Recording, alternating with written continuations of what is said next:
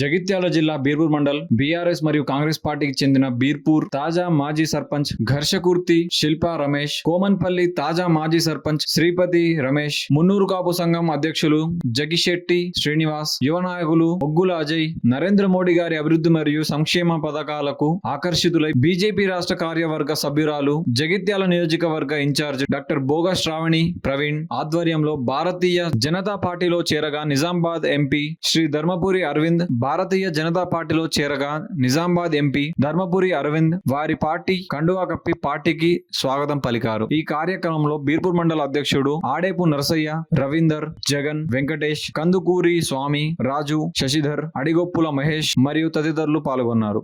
ఈరోజు జగిత్యాల నియోజకవర్గం బీజేపీ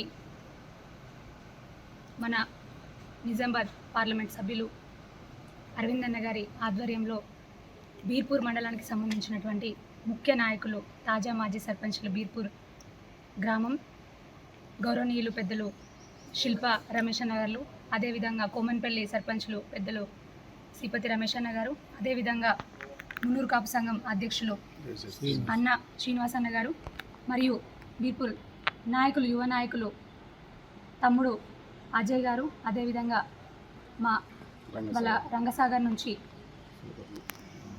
రవీందర్, అదేవిధంగా నాయకులందరూ కూడా యువ నాయకులందరూ కూడా టీఆర్ఎస్ పార్టీ నుంచి కాంగ్రెస్ పార్టీ నుంచి బీజేపీ పార్టీలోకి రావడం జరిగింది, జాయిన్ అవ్వడం జరిగింది. బీజేపీ అంటేనే ఒక వసుదైక కుటుంబం. ఈ బీజేపీ పార్టీ వసుదైక కుటుంబానికి మీకు స్వాగత సుమాంజలు తెలియజేస్తూ ఉన్నాను. ఈరోజు ఆర్మూర్లోని అరవింద్ అన్న గారి కార్యాలయంలో గౌరవనీయులు అరవింద్ అన్న గారి సమక్షంలో వారు బీజేపీ కుటుంబంలోకి జాయిన్ అవ్వడం జరిగింది.